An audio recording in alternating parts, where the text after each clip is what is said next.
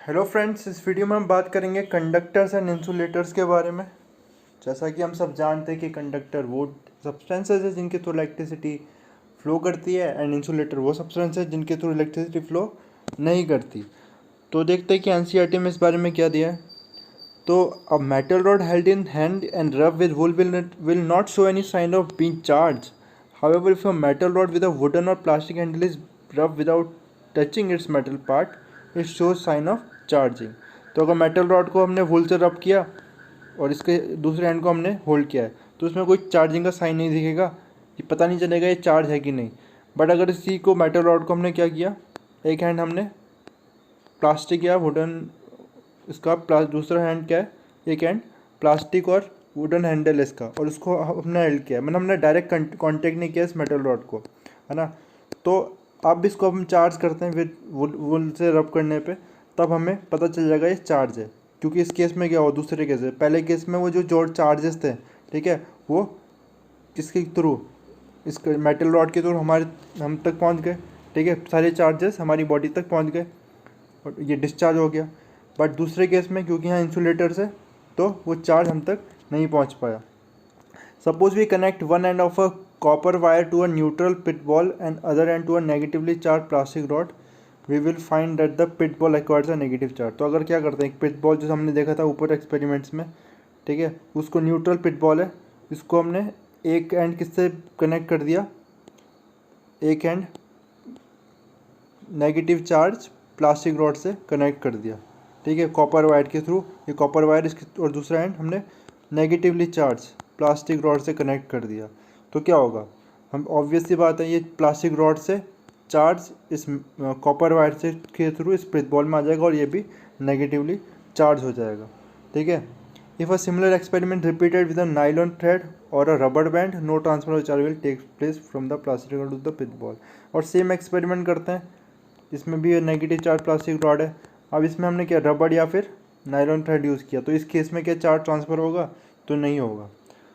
तो what is the transfer of charge not takes place from the rod to the ball. यानी कि जब पहला केस में क्या था, वो कंडक्टर था, जब मैं कॉपर वायर था जिसने चार्ज को कंडक्ट करा, एंड दूसरे केस में रबड़ या फिर थ्रेड इंसुलेटर है। Some substances readily allow passage of electricity through them, others do not. Those will allow electricity to pass through them easily are called conductors. They have electric charges that are comparatively free to move inside the material. तो हमें पता है ऐसे substance को हम conductor बोलते हैं जिनमें इलेक्ट्रिक करंट फ्लो कर सकता है, इलेक्ट्रिसिटी पास हो सकती है, और उसमें क्या होता है, फ्री इलेक्ट्रॉन्स होते हैं, ये भी हमें पता है। मेटल्स में फ्री इलेक्ट्रॉन्स होते हैं जो कंडक्ट करेंगे इलेक्ट्रिसिटी को, ठीक है, जिनके मूवमेंट से ही क्या होगा, इलेक्ट्रिक करंट फ्लो होगा। Metals, human and animal bodies and earth are conductors. Most of the non-metals like glass, porcelain, plastic, nylon, wool offer high resistance to the passage of electricity through them. They are called insulator. इनको हम क्या कहेंगे, insulator कहेंगे इन सारे substances को. Most substances fall into one or the of the two classes stated above. तो ज़्यादातर इन दोनों कैटेगरी में आएंगे, और सेमीकंडक्टर्स भी हम देखेंगे आगे चैप्टर्स में। When some charge is transferred to a conductor, it readily get distributed over the entire surface of the conductor. तो अगर हम एक कंडक्टर है, इसको अगर चार्ज देते हैं तो ये पूरा चार्ज के सरफेस में आ जाएगा, है ना, पूरा डिस्ट्रीब्यूट हो जाएगा इसके सरफेस में। इसको हम देखेंगे आगे चैप्टर में कि ऐसा क्यों होगा। In contrast some charges put on an insulator, it stays at the same place. लेकिन अगर हम एक इंसुलेटर को चार्ज देंगे तो डिस्ट्रीब्यूट नहीं होगा उसके पूरे सरफेस में, वो एक ही प्लेस पे रहेगा ना। This property of the material tells you why a nylon or plastic comb gets electrified or on combing. One second. This property of material tells you why a nylon or plastic comb get electrified or combing dry here or on rubbing, but a metal article like spoon does not. ठीक है, और इसी property से हमें समझ में आता है कि एक नायलॉन या प्लास्टिक ड्रॉप को हमने क्या किया, जब उसको इलेक्ट्रीफाई किया, रब किया जब, तो क्या उसमें चार्ज आ गया, बिकॉज वो इंसुलेटर है ना, उसमें चार्ज उसी प्लेस में रहेगा। लेकिन अगर हम मेटल आर्टिकल को रब किया स्पून को, तो उसमें पार्टिकल वो चार्ज पूरा डिस्ट्रीब्यूट हो जाएगा। The charge on metal leak through our body to the ground as both are conductor of electricity, ठीक है। और मेटल में क्या होगा, जैसे हमने पहले एक्सपेरिमेंट में देखा था, मेटल में चार्ज पूरा फ्लो हो जाएगा हमारी बॉडी के थ्रू, है ना, ग्राउंड में, क्योंकि वो कंडक्टर है।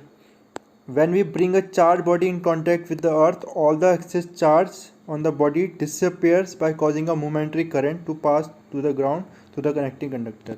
और जब हम क्या करेंगे, एक चार्ज बॉडी को कांटेक्ट में आएंगे अर्थ के, तो पूरा का पूरा चार्ज उस बॉडी के थ्रू कहाँ चले जाएगा, उस बॉडी के थ्रू अर्थ में चले जाएगा, ग्राउंड में चले जाएगा, और इससे एक मोमेंटरी करंट के थ्रू ये मोमेंटरी पूरा चार्ज ट्रांसफ़र हो जाएगा। जैसे कि हमारी बॉडी, अगर हम किसी, हमारी बॉडी से अगर चार्ज ग्राउंड की तरफ जाता है तो हमें क्या होगा, करंट, हमसे करंट फ्लो होगा, और ये सारा का सारा चार्ज कहाँ चला जाएगा, अर्थ में चला जाएगा। This process of sharing the charges with the earth is called grounding और अर्थिंग। और इसी को क्या बोलते हैं, ग्राउंडिंग या अर्थिंग बोलते हैं, ठीक है। और अर्थिंग क्या करेगा, हम देखते हैं अर्थिंग करने से एक सेफ्टी मेजर भी है। जब हम, जिससे हमें, जैसे कि डिवाइसेस में हम क्या लगाते हैं, अर्थिंग करते हैं। अर्थिंग करने से क्या होगा, अगर सपोज एक मेटल का कोई अप्लायंस है, इसमें हमने अर्थिंग करी है, अर्थिंग करने से अगर ये इसमें से कुछ फॉल्ट आ गया और ये लीक कर रहा है चार्ज में से, तो क्या आएगा, तो अर्थिंग क्या कर देगा, पूरा का पूरा चार्ज ये डायरेक्टली हम और हम इसे टच करते हैं, तो वो चार्ज हमारी बॉडी से अर्थ में नहीं जाएगा, बल्कि जो ईजी पाथ है इसके लिए, है ना, मतलब इस वायर से, अर्थ वायर से होके ग्राउंड में चल जाएगा और हमें शॉक नहीं लगेगा। तो earthing provide safety measure for electrical circuits and appliances. A thick metal plate is buried deep into the earth and thick wires are drawn from this plate. तो इसमें क्या करते हैं, अर्थ में मेटल्स की प्लेट्स, है ना, थिक मेटल प्लेट्स बरी करते हैं, और उससे थिक वायर्स हम ड्रॉन करते हैं, और यही होती है हमारी earth wire. This are use in buildings for the purpose of earthing near the main supply. The electrical wiring in our houses is 3 wires: live, neutral and earth। तो 3 wires होती हैं हमारी, हमें पता है कि live, neutral and earth. The first two carry electric current from the power station, one second,